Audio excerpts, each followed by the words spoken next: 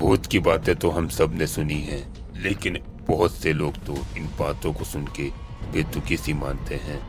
पर क्या हो अगर आपके साथ रात में कोई ऐसी घटना हो जाए जो आपकी सोच एक पल में बदल दे। ऐसा ही कुछ हुआ इस कहानी में सुमित के साथ।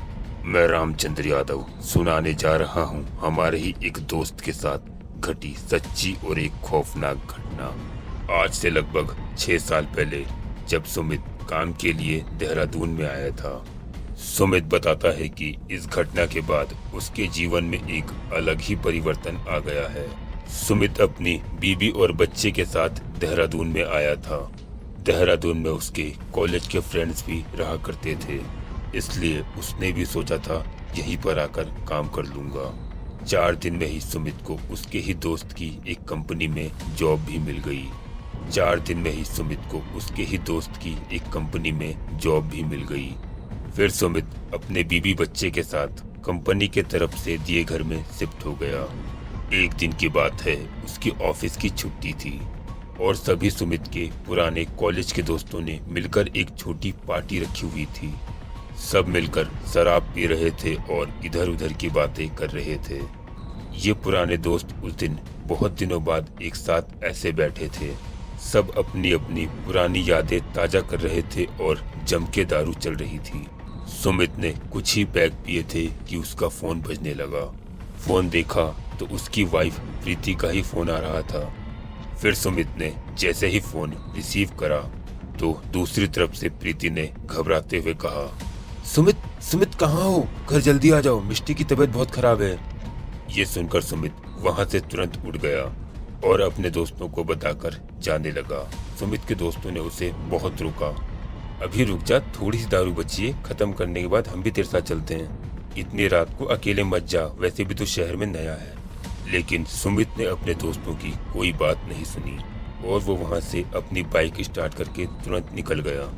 उसका घर बहुत ज्यादा दूर तो था नहीं, ज्यादा से ज्यादा 15 मिनट का रास्ता होगा। लेकिन उसके घर के रास्ते में एक बरसाती नदी थी जिसमें पेड़ पौधे और पूरे में जंगली झाड़ियां उग चुकी थी और वहां ऊपर से एक बहुत पुराना पुल था जो झाड़ियों से पूरी तरह से घिरा हुआ था। पुल पार करके थोड़ा सा ही आगे सुमित का घर था। सुमित जैसे ही पुल पर पहुंचा तो उसको ऐसा लगा जैसे कोई परछाई पुल क्रॉस करके आगे गई हो। फिर उसका ध्यान भटकने के कारण उसकी बाइक स्लिप हो गई और वो पुल पर ही गिर गया। फिर उसके बाद वो किसी तरह अपने आप को संभालता हुआ उठा और अपनी बाइक स्टार्ट करने लगा। सुमित ने बाइक स्टार्ट करने की बहुत कोशिश करी लेकिन बाइक स्टार्ट नहीं हुई। उसने सोचा शायद बाइक में कोई खराबी आ गई होगी। वो पहले ही इतना डर चुका था और ऊपर से उसकी बाइक भी खराब हो गई थी। सुमित ने सोचा अभी मेरे दोस्त भी यहीं से आएंगे तो उनसे मदद ले लूंगा। फिर उसने अपने दोस्तों को फोन करने के लिए जैसे ही फोन अपनी जेब से निकाला तो फोन की लाइट से उसको ठीक सामने एक औरत खड़ी दिखाई दी। सुमित कुछ बोल पाता उससे पहले ही वो औरत जोर जोर से रोने लगी और रोते रोते बड़ी ही भयानक आवाज में बोल रही थी, मेरी बेटी का ख्याल रखना, मेरी बेटी का ख्याल रखना। रखोगे ना? बोलो रखोगे ना? वादा करो तुम शराब पीना छोड़ दोगे ना? छोड़ दोगे ना? मेरी बेटी का ख्याल रखना। सुमित ये सब देखकर किसी पत्थर की तरह एक जगह जम चुका था। ना ही उससे हिला जा रहा था और ना ही कुछ बोला जा रहा था। सुमित भागना तो चाहता था लेकिन मानो उस पर उसका कोई बस नहीं चल रहा था कि तभी वो औरत फिर अपनी उसी भयानक आवाज में बोलने लगी, तुम्हारी इसी शराब की वजह से मेरी जान गई थी। अब मेरी बेटी का ख्याल रखना, रखोगे ना? बोलो रखोगे ना? अब तक सुमित की सारी शराब उतर चुकी थी और उस औरत का एकदम भयानक सा दिखने वाला सफेद सा चेहरा सुमित के बिल्कुल मुंह के सामने था। सुमित को तो ऐसा लग रहा था मानो उसकी धड़कनें उसी समय रुक जाएंगी। डर के मारे सुमित पलके भी नहीं झपका पा रहा था कि तभी पुल के पीछे से हॉर्न की आवाज आने लगी। सुमित ने पीछे मुड़कर देखा तो उसके सब दोस्त वहां पहुंच चुके थे। सुमित ने उन्हें कुछ नहीं बताया, बस इतना ही कहा, पता नहीं कैसे ये बाइक यहाँ बंद हो गई और स्टार्ट ही नहीं हो रही। फिर जैसे ही सुमित के एक दोस्त ने बाइक स्टार्ट करने की कोशिश करी तो एक बार में ही बाइक स्टार्ट हो गई। सुमित कुछ समझ नहीं पा रहा था कि आखिर उसके साथ क्या हो रहा है।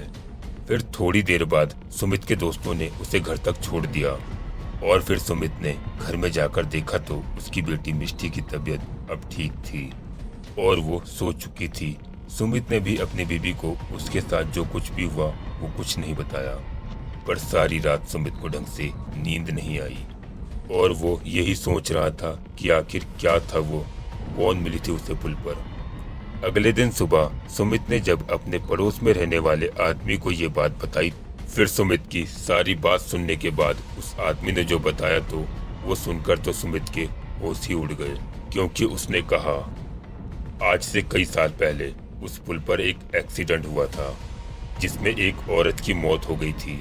लोग बताते हैं कि उस औरत के पति ने एक पार्टी में बहुत शराब पी ली थी और उसी नशे की हालत में अपने बीबी और एक छोटे बच्ची को लेकर बाइक से जा रहा था कि तभी अचानक उसकी बाइक पुल पर लड़खड़ा गई और एक जोरदार झटके के साथ नदी में जा गिरी।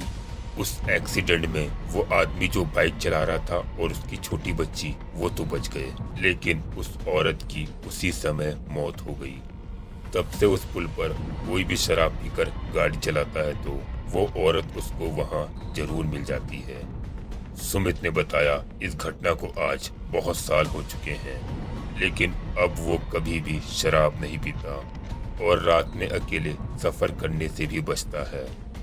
तो दोस्तों, कैसी लगी आपको ये कहानी हमें कमेंट कर जरूर बताएं ताकि हम आपके लिए ऐसी कहानियां हर रोज लाते रहें। धन्यवाद।